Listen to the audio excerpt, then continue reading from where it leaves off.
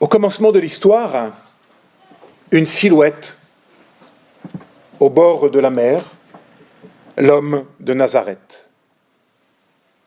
On ne sait encore rien de lui, sinon son baptême dans le Jourdain. Les cieux qui se sont déchirés et la voix qui résonnait, celui-ci est celui que j'ai choisi, mon bien-aimé. Et puis tout de suite, presque sans avoir le temps de souffler, deux visages, deux noms, Simon et André, un métier, pêcheur de poissons. Et puis, comme si deux ne suffisaient pas, tout de suite encore deux autres, Jean et Jacques, et toujours le même métier, pêcheur de poissons.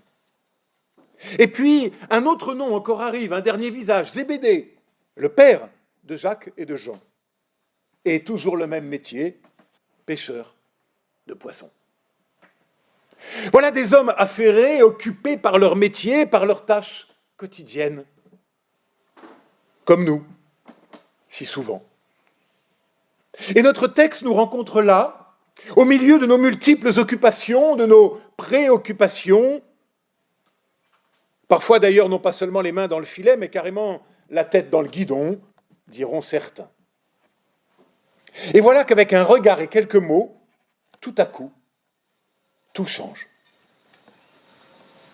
D'abord, Jésus voit, il voit là où nous en sommes, là où nous sommes. C'est là qu'il nous trouve, au cœur de nos vies affairées, parfois perdues dans nos vies lorsqu'elles s'affrontent à la souffrance, à la violence ou au deuil. Et voilà qu'avec un regard et quelques mots, là tout à coup, tout va changer. Une parole, un appel, et tout prend une autre tournure sans crier garde, de façon inattendue. Tout change de manière étonnante. Venez à ma suite et je vous ferai devenir des pêcheurs d'hommes. Pêcheurs d'hommes. Bien étrange expression, ne trouvez-vous pas? Mais avant d'aller voir un peu ce que pourrait signifier pour nous cette expression, arrêtons-nous un instant sur un petit mot qui revient 3 fois en quelques versets au tout début de notre récit, et c'est le mot « filet ». On jette le filet, on le répare, et puis on le laisse pour aller à la suite de cette voix qui appelle. Et je ne peux m'empêcher d'entendre autre chose que le simple objet pour la pêche. Car il y en a des filets, en vérité, dans nos vies. Filets du deuil, qui nous terrassent trop souvent. Filet de la souffrance, lorsque celle-ci nous enserre. Filet de la violence, lorsque celle-ci nous capture et nous brise. Filet aussi parfois de la culpabilité, lorsqu'elle nous immobilise. Et voilà que par la seule force de la parole qui appelle, les filets sont abandonnés. Là, par terre, ou dans la barque, pour rendre enfin la marche possible, pour réorienter notre vie et faire de nous des pêcheurs d'hommes. Pêcheurs d'hommes. C'est plutôt un joli jeu de mots, ne trouvez-vous pas? Alors les théologiens et les exégètes ont beaucoup cherché le sens de cette expression. Parce qu'en vérité, ça veut dire quoi, pêcheur d'hommes? Ils l'ont tourné même dans tous les sens. Mais, comme le dit très justement ma collègue Violaine, peut-être que nous pouvons prendre cette expression telle qu'elle est pour nous ce matin, simplement pêcheur d'hommes. Comme le pêcheur a le regard tourné vers la mer, les oreilles en alerte, le regard vigilant à la recherche du poisson et qu'il se réjouit quand il en trouve, eh bien peut-être qu'entendre cet appel, marcher à la suite de Jésus, pour les disciples, c'est se découvrir les yeux et les oreilles non plus tournés vers l'abîme de la mer, mais tournés vers le monde, vers les routes du monde, en quête d'humanité, en attente, les oreilles et les yeux grands ouverts et le cœur vigilant qui se réjouit quand vient la rencontre. Comment cela est-il possible ? D'abord, je l'ai dit, il y eut un regard. Le regard de l'homme de Nazareth. Notre texte précise, Jésus vit Simon et André. Voir. Jésus voit. Alors nous, vous, il me semble que souvent nous ne voyons pas grand-chose. Et même que souvent nous passons à côté des autres sans les voir. Mais Jésus, lui, voit. C'est lui qui jette son regard vers nous. Ce regard premier, ce regard inaugural, ce regard de l'acceptation de l'autre, de nous, de chacun d'entre nous, là où nous en sommes, par-delà nos filets et nos angoisses. Ce regard de l'homme de Nazareth, qui témoigne de ce oui inconditionnel que Dieu dit à l'homme, et ce regard change tout. Et alors je me demande, et si la foi, notre foi, c'était d'abord cela? Si c'était apprendre à voir avec le regard de Dieu, avec cette attention-là. Apprendre à voir avec le regard de Dieu, c'est-à-dire non pas un regard qui condamne, mais un regard qui relève. Non pas un regard qui ignore, mais un regard qui reconnaît. Non pas un regard qui juge, mais un regard qui appelle. Et ce regard voit au singulier Simon, mais au singulier pluriel. Chacun unique, mais avec son frère, Simon et André. J'invente cette formule, le singulier pluriel de l'Évangile. Et cet appel fait déjà communauté. 2 fois 2 paires de frères. Comme pour nous dire, tout seul, tu ne peux pas. Personne tout seul ne peut y arriver. Mais il y a toujours un frère, une sœur, qui attend et qui est prêt à se mettre en marche à tes côtés. Oui, Jésus appelle des frères et nous fait ainsi entrer en fraternité. Et puis donc Jésus appelle. Appeler. En grec, c'est le mot kaléo, qui signifie appeler à soi, mais de façon impérative, presque convoquer. Et le mot église, ecclésia, ekkaléo, vient de là. Surgissement de la première église. 2 fois 2 frères. Et cela suffit pour que nous soyons là, 2000 ans plus tard. Jésus appelle des disciples. Dieu appelle l'homme. Dieu appelle, il appelle à la vie, il appelle à l'espérance, à la folie de l'amour plus fort que la haine, plus fort que la violence, plus fort que nos errances. Dieu appelle. Car au commencement, il y a toujours un appel.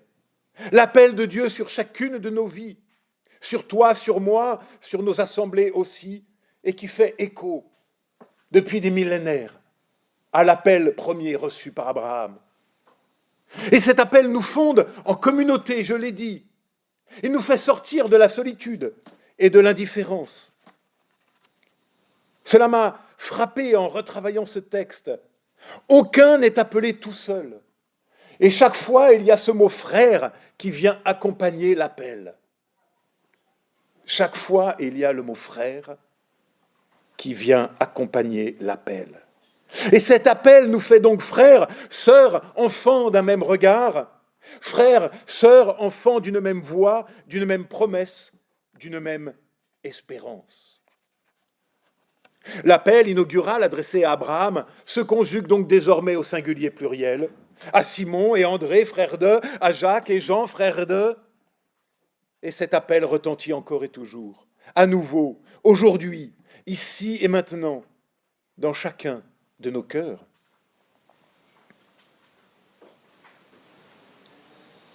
Mais cet appel ne va pas sans mal, car il nous ouvre à une autre manière de voir et donc de vivre.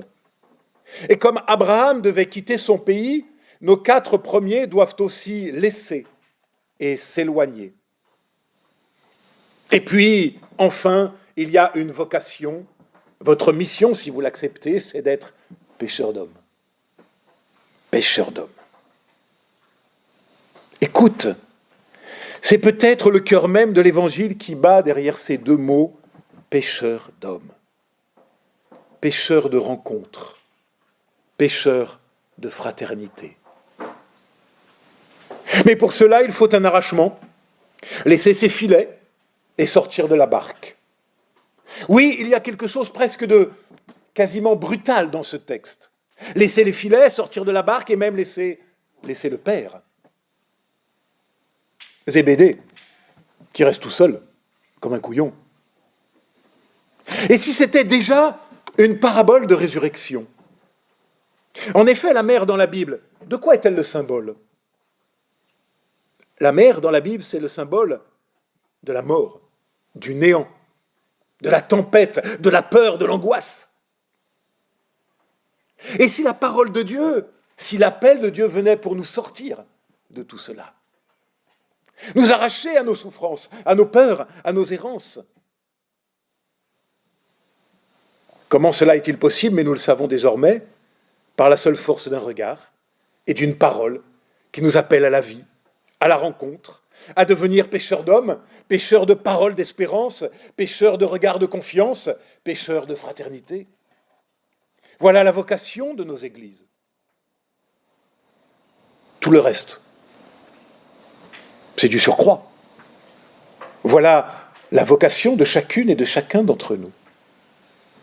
Voilà notre mission, si nous l'acceptons pour cette année à venir, devenir pêcheurs de rencontres, pêcheurs de fraternité. Et pour cela, j'insiste, il faut oser sortir, quitter les habitudes, les traditions, on a toujours fait comme ça. Quitter, laisser, 2 fois dans notre passage. Aphiémi en grec, littéralement renvoyer, remettre, abandonner, répudier même. Oui, il y a bien une expérience d'arrachement. Car la foi est aussi un arrachement. Un arrachement de la tyrannie des apparences et des évidences. Une invitation à sortir de la loi de la jungle, qui est la loi du plus fort, et malheur au plus faible, pour découvrir la loi de l'Évangile, qui est la loi du frère et du petit. Oui, il y a toujours cette expérience de l'arrachement. Sortir du cercle infernal de la violence subie et de la culpabilité apprise pour risquer le pas à la suite du Christ, c'est-à-dire à la suite de la lumière et de la vie. Et il en faut parfois du temps, il en faut de la force de persuasion, de séduction même, pour arracher l'homme à sa souffrance, pour l'arracher à son hommerie et faire surgir de l'humain en vérité. Il faut toute la force de la voix du Maître qui appelle et qui continue de nous appeler à chaque fois que nous ouvrons les pages du vieux livre et que nous voulons laisser résonner ces paroles dans nos cœurs. Oui, il y a bien un effort de conversion, de retournement, d'ouverture, encore et toujours d'acceptation, malgré nos prisons, malgré nos enfermements, malgré nos torpeurs, malgré nos habitudes. Et Dietrich Bonhoeffer, ce pasteur allemand incarcéré par le régime nazi, d'écrire, il parle de Dieu. Il nous a séduits. Il nous a pris de force, mais il ne nous lâche plus. Que nous importe désormais liens et fardeaux, que nous importe souffrance et mort, il nous tient fermes. Seigneur, séduis-nous toujours à nouveau. Fin de citation. Et cela fait écho, me semble-t-il, à ces autres paroles d'un pasteur contemporain, Alain Ouzio, plus légère, mais tout aussi forte, qui écrit, parlant de l'appel entendu, « Adieu les petits câlins de la maison familiale, adieu les bons bouquins policiers au creux du lit le dimanche matin, adieu les soirées douillettes devant la télé, car le maître t'appelle. le Maître m'appelle, le Maître nous appelle sur des chemins de vérité, de justice, de pardon et de vie en abondance. Et cela par grâce seule. Une chose encore.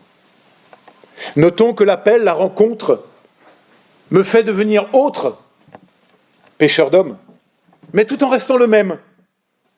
Le pécheur reste un pécheur, et pourtant la destination de la vie a changé. Il ne s'agit plus simplement d'assurer sa subsistance, mais de la rencontre avec les autres. Pas de coup de baguette magique. Le pécheur ne devient pas je ne sais quel tribun ou pasteur. Non, non, le pécheur reste un pécheur.